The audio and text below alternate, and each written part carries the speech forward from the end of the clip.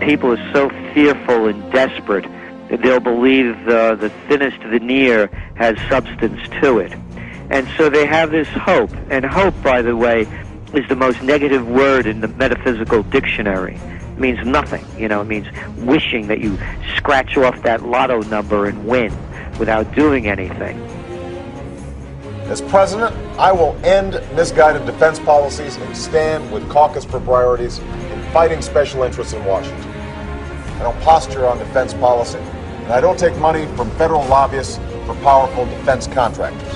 Look who Obama just brought in as his deputy defense secretary, a chief lobbyist for one of the greatest of all of the military-industrial complex companies, Raytheon. As of today, lobbyists will be subject to stricter limits than under any other administration in history. Which basically means it is saying we will mostly put tough new restrictions on lobbyists, except when we won't. If you have no intention of abiding by your new rules, then don't make new rules. That would be actual transparency. People out there do not want lobbyists for the military-industrial complex running the Pentagon. First, I'll stop spending $9 billion a month in Iraq. If you look at Obama's voting record, I mean, he has voted to, not to end the war. He has voted to finance the war. I'm the only major candidate who opposed this war from the beginning. He wants to send more troops into Afghanistan. He wants to broaden the military. So I think it's a fraud what he's talking about. And as president, I will end it.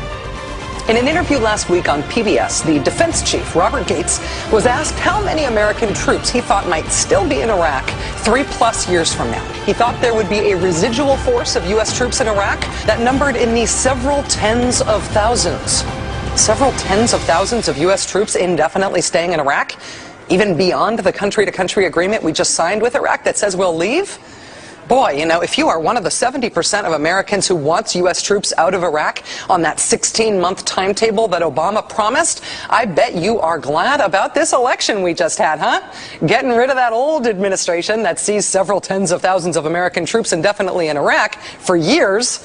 Wow, good thing we are saying goodbye to George W. Bush's defense secretary, Bob Gates. And now we're saying hello to Barack Obama's defense secretary, Bob Gates. We've got 130,000 Americans fighting halfway across the world in a war that should have never been waged, led by leaders who have no plan to end it. We don't have time to be cynical. The U.S. may try to get around the just signed requirement that U.S. combat troops be out of Iraqi cities by June of next year by massaging the meaning of the word combat. You ready? Quote, military planners are now quietly acknowledging that many troops will stay behind as renamed trainers and advisors in what are effectively combat roles. In other words, they will still be engaged in combat, just called something else. We don't have time to be cynical. We don't have time. So, Iraq withdrawal? Not really a withdrawal. And as for Afghanistan, well, there's not even a semantic pretense of withdrawal plans there. A massive U.S. troop buildup is in the works, according to the Associated Press today. Quote, all told, the U.S. could nearly double its troop levels there to as many as 60,000, sending up to 4 combat brigades and thousands of support forces within the next year. I don't switch positions or make promises that can't be kept. Iran, Cuba, Venezuela, these countries are tiny compared to the Soviet Union. They don't pose a serious threat to us. Iran, they spend 1/100th of what we spend on the military. I mean, if Iran ever tried to pose a serious threat to us, they wouldn't stand a chance. Iran is a grave threat. It has an illicit nuclear program. It supports terrorism across the regions and militias in Iraq. It threatens Israel's existence. So let's recap here. Not withdrawal in Iraq, potentially doubling forces in Afghanistan. Oh, and there's also that escalating as yet undeclared war in Pakistan, where officials claim another U.S. drone killed at least 7 people today. This is the administration of a Democrat, said on his election form, Jimmy Carter. Trilateral Commission member, also Council on Foreign Relations. Democrats, and here's administrations, here's CFR-TC, Trilateral Commission, Council on Foreign Relations. This is more Jimmy Carter, more of the same organizations coordinating policy through this apparently elected administration. So then you get to 1980 and you think, oh, well, I'm fed up with them Democrats, and of course I'm in a democracy, and so therefore I can choose someone different because I want to change the policy, you know, and it's great being in the land of the free and all that. And so you choose Ronald Reagan. His chief advisors up there were David Rockefeller and Henry Kissinger, two of the great brotherhood manipulators of the 20th century. And then again, the names change in these various positions, but the coordinating bodies do not. CFR, TC, everywhere. More Ronald Reagan. Ronald Reagan was a non-member, but he didn't have to be, did he, Ron? He read the autocue, did as he was told, like they all do. But he was a member of other secret groups and, of course, Bohemian Grove, as we saw earlier. Again, here you have the ambassadors, the Congress, the State Department, CFR, TC. So then you move on to George Bush. So there again, another administration, different names, same coordinating bodies. More George Bush, same again.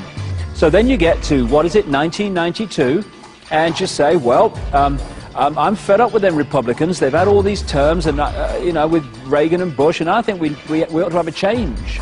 And so along comes Slick Will from the Windsor bloodline from Arkansas, and he starts saying that he stands for change, and I stand for change, and vote for me, we need change. That was his mantra throughout that election.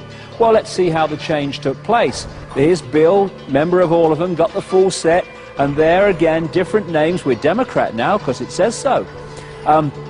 Same coordinating body, Bill Clinton administration again, same coordinating bodies. Secretary of the Treasury, Timothy Geithner, Bilderberg Group and Trilateral Commission member. Secretary of State, Hillary Clinton, Bilderberg and CFR member. Ambassador to the United Nations, Susan Rice, Trilateral Commission. National Security Advisor, General James L. Jones, Bilderberg, Trilateral Commission and CFR. Deputy National Security Advisor, Thomas Donilon, Trilateral Commission, CFR. Special State Department Envoy Henry Kissinger, Bilderberg Group, Trilateral Commission, and CFR. Chairman, Economic Recovery Committee, Paul Volcker, Bilderberg Group, Trilateral Commission, Council on Foreign Relations. Director of National Intelligence, Admiral Dennis C. Blair, Bilderberg Group, Trilateral Commission, CFR. Secretary of Defense Robert Gates, Bilderberg Group, Trilateral Commission, CFR. Deputy Secretary of State, James Steinberg, Bilderberg Group, Trilateral Commission, CFR.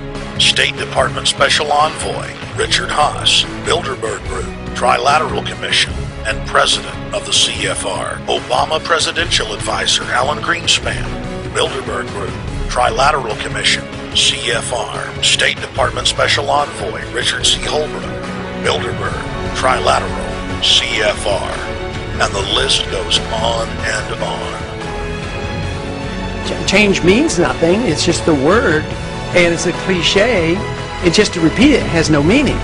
What are you going to change? And I would argue, you offer no change. When the Messiah speaks, the youth will hear.